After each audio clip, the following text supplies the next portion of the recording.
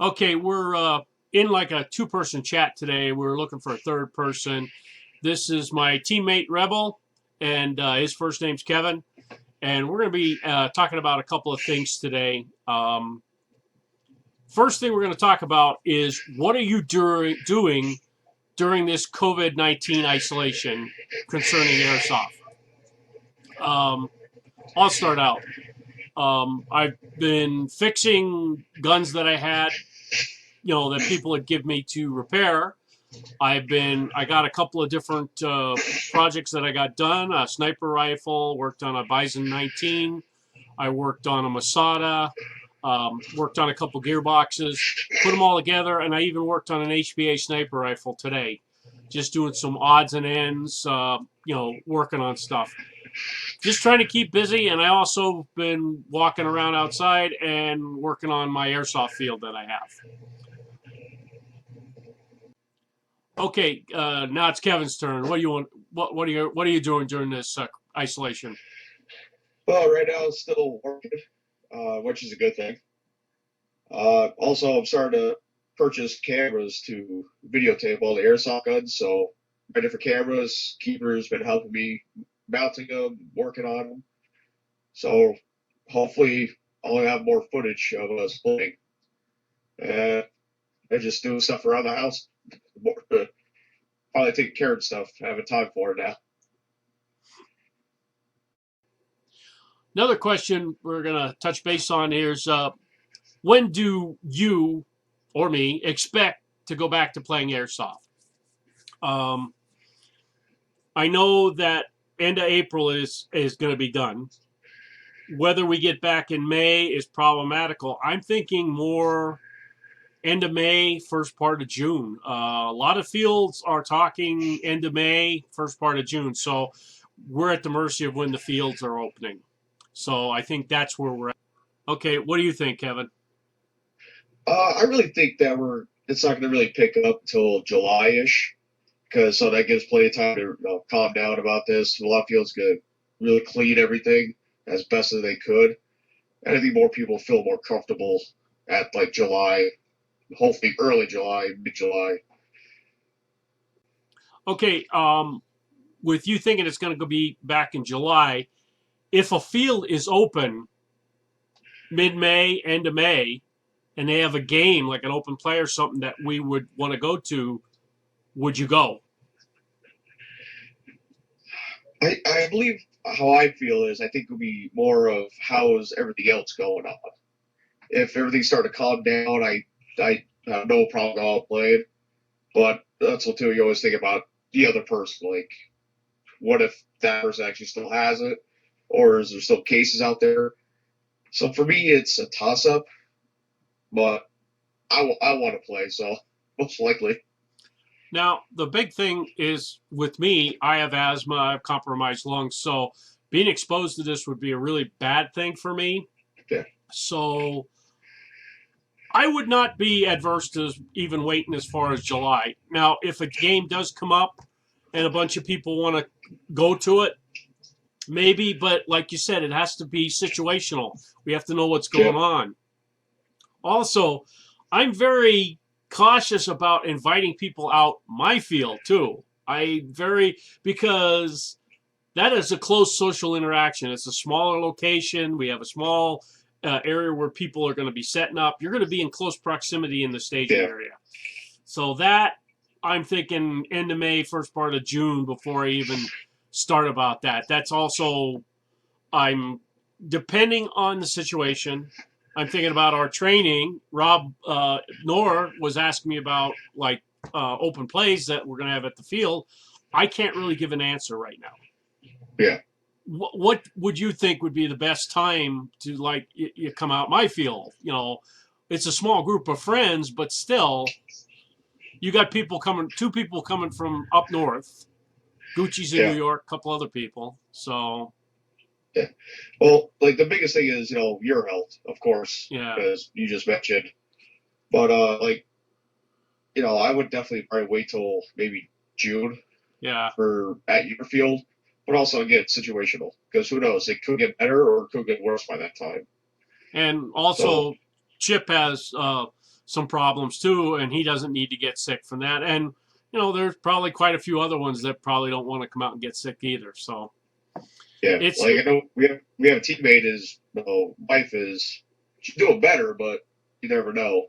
yeah, and you don't want to give it to somebody or get it from somebody and then spread it to your immediate family as well. Yeah, yeah. Okay, our next question is what kind of impact do you think this is going to have, the COVID-19 isolation, whatever, all of it, crisis, on the fields that we frequent? I guess I'll start out. There's only like 4 fields that our group go to. We have Zulu 24, which is about 2 hours north in New York. We've got R&M Paintball, which is about an hour 45 minutes or a little bit less. We got EMR Paintball, which is about an hour 15. And we got the local field here in Shavertown, which is like 15 minutes from Kevin. About under a half hour for most of our team.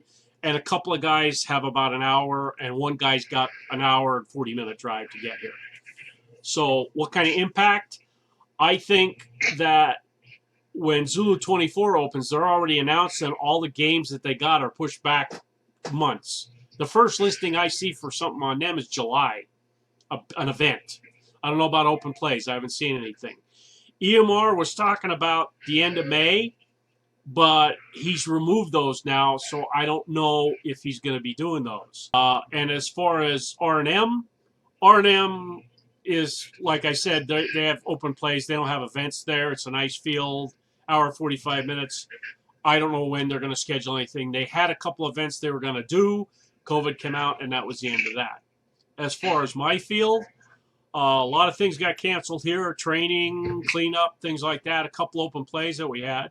So it's what everybody else thinks about. I lean toward the side of caution, but if we want to go to an event like first part of June and everything seems to be getting normal, I'm great. But I don't know how these fields are going to react. I think they're going to get overwhelmed right off the bat, and then it's going to settle down. And as far as some paintball places might concentrate more on paintball rather than airsoft because they make more money that way. So that's what I think. Okay, what do you think, Kevin? I rambled enough. Out of the fields you mentioned, I only been to 2 years at EMR. I haven't gone to the other 2 yet, but looking forward to going to those eventually. All honestly, like if the fields don't feel like opening up this season, it's not going to hurt me because I understand the situation at hand. It actually might be safer that way. Just skip the season, but which I think a lot of people will be upset about. But like I said, I understand the situation. Okay, next question we got is dealing with social media. What the social media aspects of players' questions about when the field's going to be open or when they're going to start playing in general. Some are annoying. What do you think about this, Kevin? Like, we belong to a couple of Facebook groups on Facebook, and the one is constantly people are constantly on there going on. What are we going to play? What are we going to play? It's a calm down. I understand you want to get out there, you want to play, but just calm down. Think of everyone else, and it's not going to go away if we keep going out there and playing with everybody. What do you think? Well, the biggest thing that I see is people are still getting together. You'll see a group of 6 are playing still. I've seen a couple of videos online, and I asked the guy, when was this taken? Oh, last Saturday. So he's with a group of 10. Yeah, it's in their state mandate under 10 people. He still has 10 people. They're still getting together. They're still coming together and doing stuff. Okay, maybe they're outside. Maybe, 3 versus 3. They've got some distance on them. They're not like tight to each other within 6 feet. I don't know what's going on. But still, Yeah. Let's just say one guy has it. And he happens to sit next to another guy who then has a family with 3 kids, who then, spread it to somebody else, a neighbor or something like that in the building. It could get bad. Yeah. So it does annoy me to a fact that these people keep asking and asking and asking, and I'm like, get a clue, guys. There is a crisis. It is a crisis. It's not something Yes. that's happening. It's a Yeah. crisis, okay? It's affecting people, not getting them sick. It's killing them, okay? Yeah. If it was just making people sick and like, oh, people are getting thrown up, this and that, it's really bad. Okay, you figure, oh, that's going to happen. People will get over it. But people are Yeah. dying from this. So get a little grip on what is important, what's essential in life. Playing airsoft is fun, but it is a game, and it's not necessary to go out there and play when people are dying. Okay, No. just my thought. So I'd rather Yeah. be safe than sorry, and safe for other people. I wear a mask all the time. When I've gone out, this is the first time I've gone out in 3 weeks and 4 days. And I went out and got food yesterday, and I said, "That's it. Now I'm going to be set for another 3 weeks. I'm not going to go out." Yeah. I go out every day because of work. So I try to stay away from everybody. I just go right to work, and come right back home, and that's it. Yeah, and trying to stay 6 feet apart for you is a little tough on your job. Yeah. It's hard to carry pieces of glass that it's 6 feet away. On another thing, I just want to touch base on a lot of social media. You see a lot of new players, and they have questions about gear, replicas, what to buy, what not to buy, requests for information, and like the responses that they get in some of the groups from people. What do you think about that, Kevin? Like a lot of times there is good positive feedback from a lot of people, but also there's a lot of negative too. Like somebody asking a simple question, "What's a good starting gun?" And people just go on a rant. And oh, you've been there, I've been there. We bought the worst guns ever, but we still had a great time playing. Yeah, So I got better over time with the guns. That you helped me a lot with my most recent ones. So you know I always look for information, everything. I always ask a couple people what they think, and everybody's been great. People that I talked to have been great. Uh, we had one kid at EMR who always runs with those two pistols. He's a beginner and he's a great player already, and I actually love seeing him come to play with us. What do you think?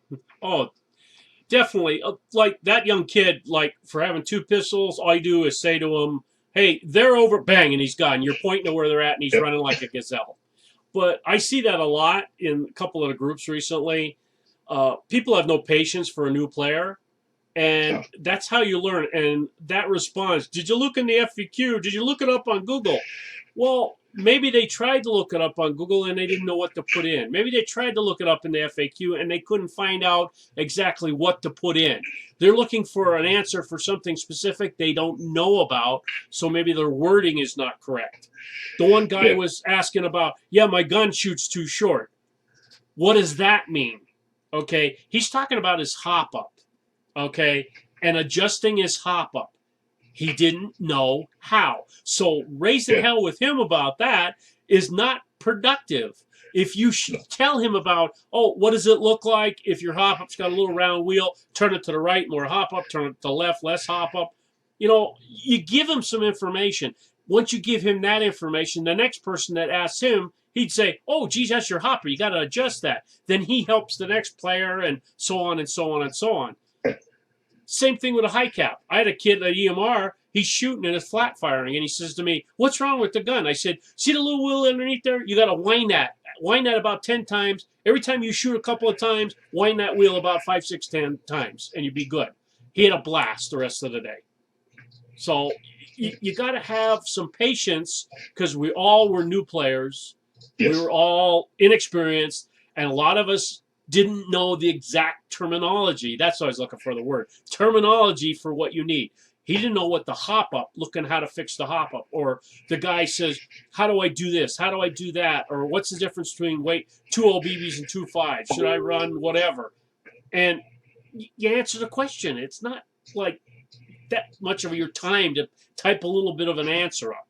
You don't have to like Yeah. reinvent the wheel telling them about it, but help them out a Yeah. little bit. Yeah. Like there's a couple times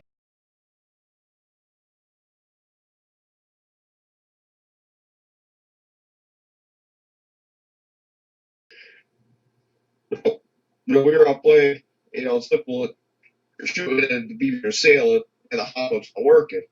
So we'll go to ask him, what type BBs do you have? Or what BBs? They'll say .12s. Like, well, there's your problem. So, like, you'll let them go those 2.5 just to see. And sometimes that helps a lot for them next time. So now they know what BBs to get to help them down the road.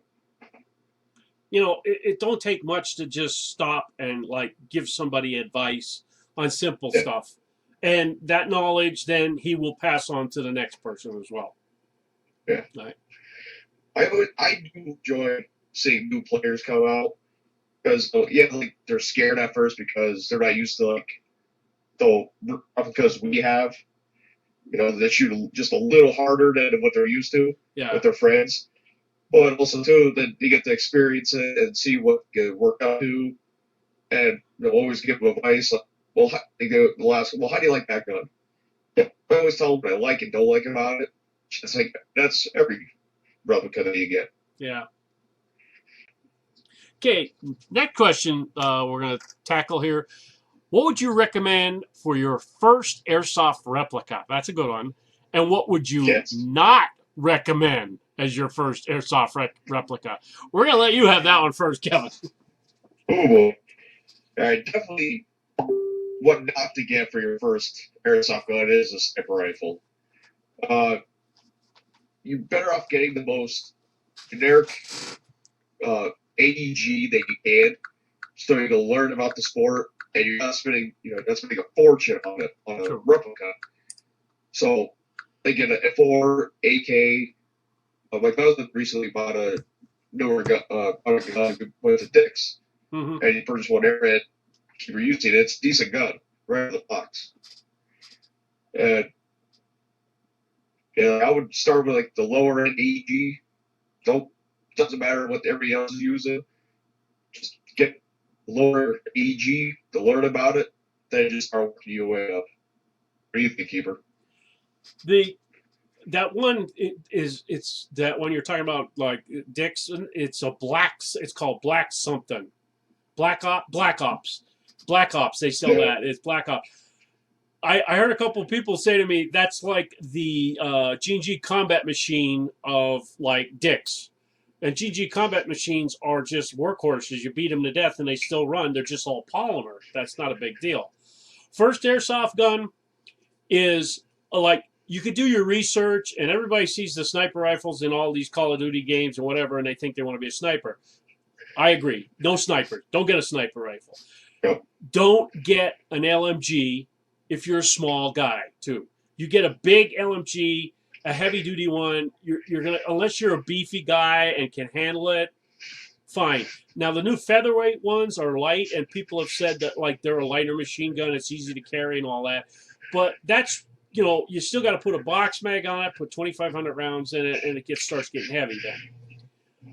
First AEG, like you said, is something low cost in your budget that the guy says, oh, you got to spend like $300. No, I saw a fantastic rifle for like $159, included a battery, a charger, a smart charger, then the gun, okay, and a small bag of 2.0 BBs. And they have starter packages in all these different places where you can get the gun, battery, smart charger, BBs, a mask, a pistol. You can get a whole pile of stuff for like $250. You got everything you need to get the job done. You don't have to go crazy. And that's another thing too. If you spend all the money, I've seen this where somebody blows $600 and then they find out 2 months later, oh, I really don't want to play airsoft anymore. And then they got all that gear. It's a waste.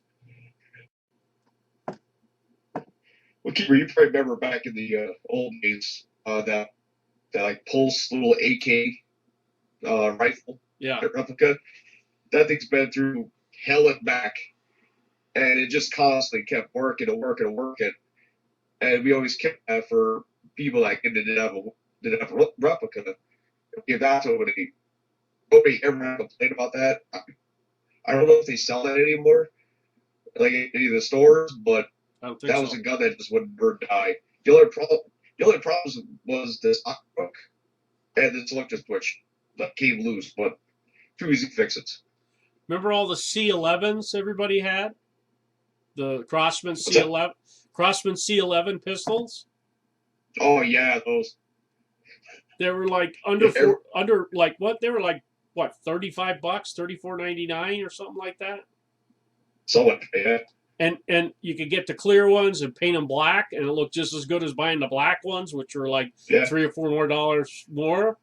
And now they don't sell the yeah, black ones; all they sell is the clear ones. And I'm like, hey, spray paint is cheap, $1.99 can of yeah. black, and you've got a pistol again, non I blowback, I, sp- and shoots great. I bought one of those pump action shotguns that I spray painted black, and it looks like a game like that, and it works great. They still sell them little shotguns with the pistol grip or the LE stock for like $20. You can get them just about everywhere. Amazon, Facebook, or not Yeah, Facebook, Amazon, eBay, everybody's got them. it, I never had a problem with it. We have times we just play with that, and it works pretty good. I put .12s in it because you go any higher, and they're just gonna sink fast. Yeah. .12s just make it go perfect. Well, I think we're gonna wrap this up. Well, it's a short video, but we're trying. We've both got pretty shitty internet connections, and we're both trying to not pause and do stuff. But I think we answered some pretty good questions here. Hopefully, we can get on and do some of these again. Try and get Chip on when he's not busy, and get a 3-person and have a good time with that. So, thanks for coming on here, Kev. And what I say to everybody, you guys all have a good day. Thanks, Keeper. All right, we'll see you.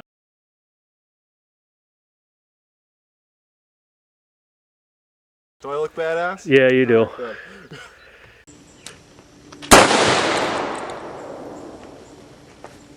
Wow.